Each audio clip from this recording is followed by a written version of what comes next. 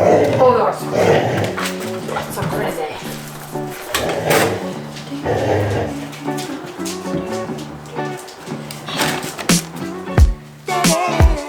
Rightly or wrongly, I'm feeling incredibly high confidence about plastering at the moment after my massive successes at the top of the stairs and in the living room. So today our activity is going to be plastering this wall because ultimately I would like to plaster the stairwell, and I feel like this wall is a natural graduation from the plastering I've done before. If I pass this test, I'm gonna let myself plaster the massive stairwell. Oh my god, it's gonna be fine, let's go.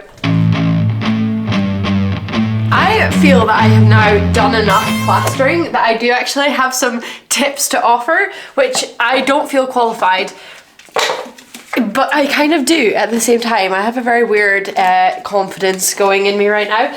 So this wall has already been PVA'd, I think 3 times, but you want to do a fresh layer of PVA before you start plastering. So literally you just need a teeny tiny little bit of water to mix with your PVA. So the first tip that I have learned is that you cannot PVA enough. You genuinely can't. Like, there is no such thing as over PVAing. So if you want to do like 6 or 7 coats of PVA, like, that's genuinely fine.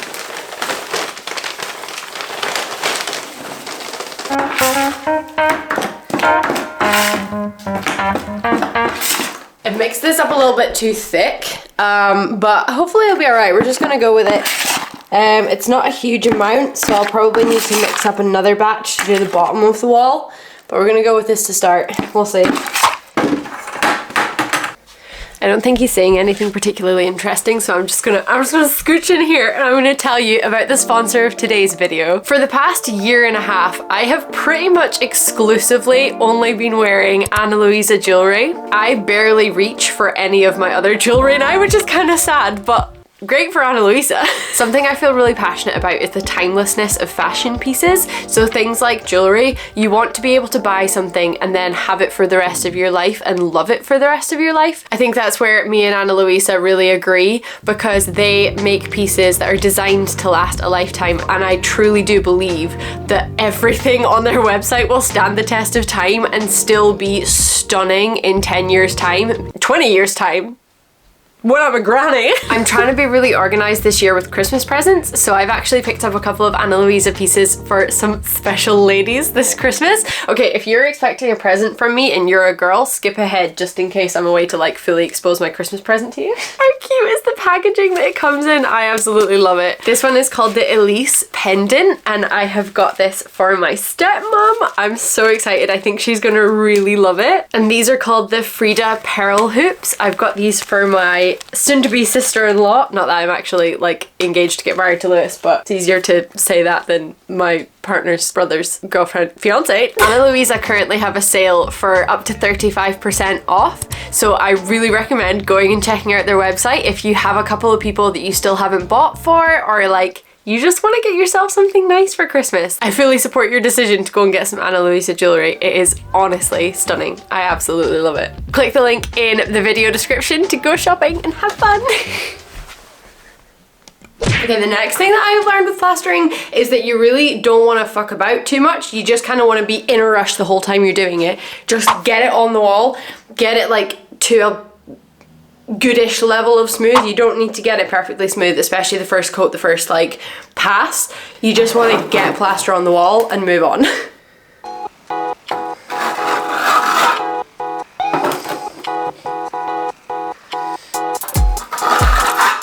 Time to make up a second batch.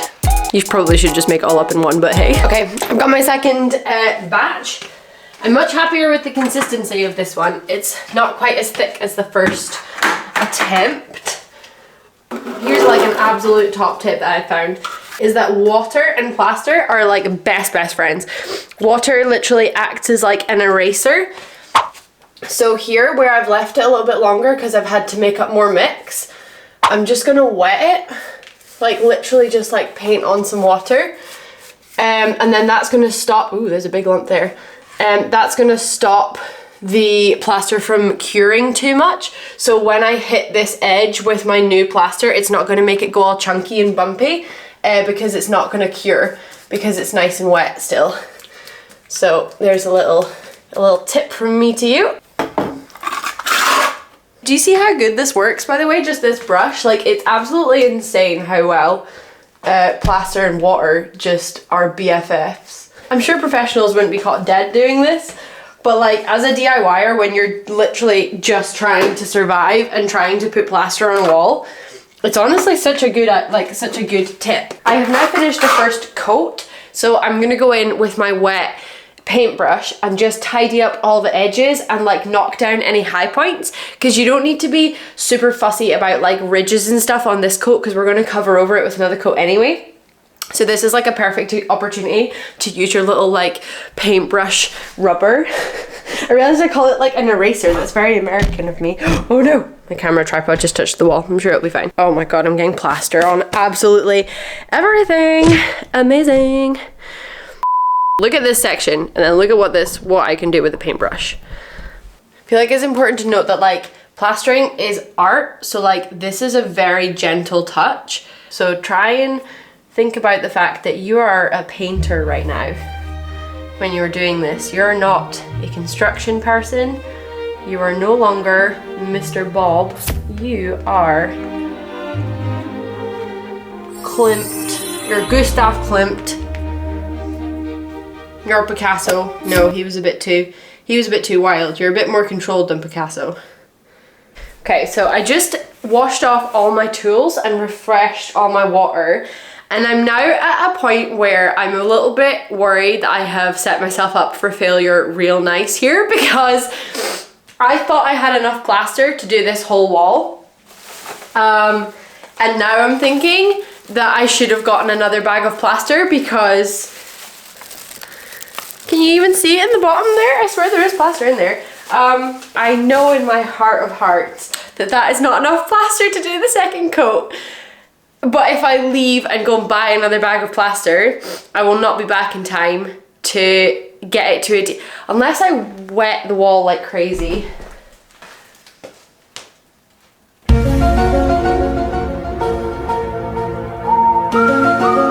No, I want to do this right. I don't want to mess this up. And plaster can get messed up so quickly. So I think I'm actually just going to call it with that coat and let that dry completely, and then kind of just start fresh over the top of that. I know that that is such a pain, but this is my own fault, because I could have gone and bought another bag of plaster this morning before I got started, and I chose not to. So this is my own fault. So I'm just going to have to deal with it. So fine. Okay, fine. Decision made. I'm going to let this coat dry, which will take a couple of days, and then I will come back and recoat. Good morning. Right. The wall is dry. It is ready to be plastered, and I have got a new bag of plaster. Unfortunately, I found a leak last night. I came downstairs and found that this radiator has sprung a leak in one of the pipes at the bottom there. I'm not super sure how it's happened. I think maybe I'll find out when I take the pipes off, like what's going on. So we're gonna need to deal with that first, because the water is currently shut off because to like stop it from spilling out like all night onto the floor. So the water is off, so we need to start it first so that we can turn the water back on so that we can start plastering again. So here we go.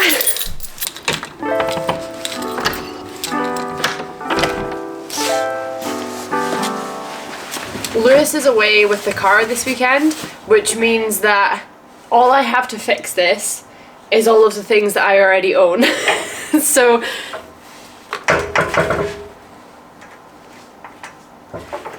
oh my god, get out of here. I thought that there was like a perforation in one of the welds and that's where the leak was coming from. But like, as I'm just like eyeing it all up here, figuring out like what I want to do, I was like, I should just do like the easy thing and just tighten the nut like on the valve. Just to make, you know, just to make 100% sure before I go cutting into the pipework and draining the entire system. I've just done like the tiniest little tighten on that valve and it's immediately stopped leaking. Get out of here. I was literally like all morning I've been like bigging myself up for like cutting into the central heating system and draining the system and having to repressurize and bleed all the radiator. Literally it just needed a tiny little tight. Okay, well, I can put my entire plumbing toolbox back in the shed now. Alright, cool. Problem solved. Water can go back on. Unbelievable. In my opinion, that gives us the all clear to start plastering. So let's go.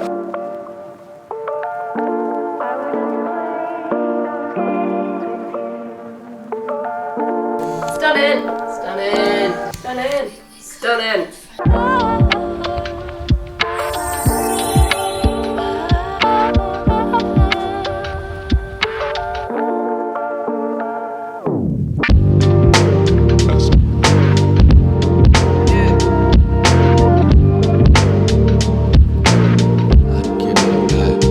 Second coat done. She's looking pretty good. I'm just away to start doing like the first trowel, so then we'll get a really good feel of how much I've messed this up. Hopefully not at all. I mean, that's the goal.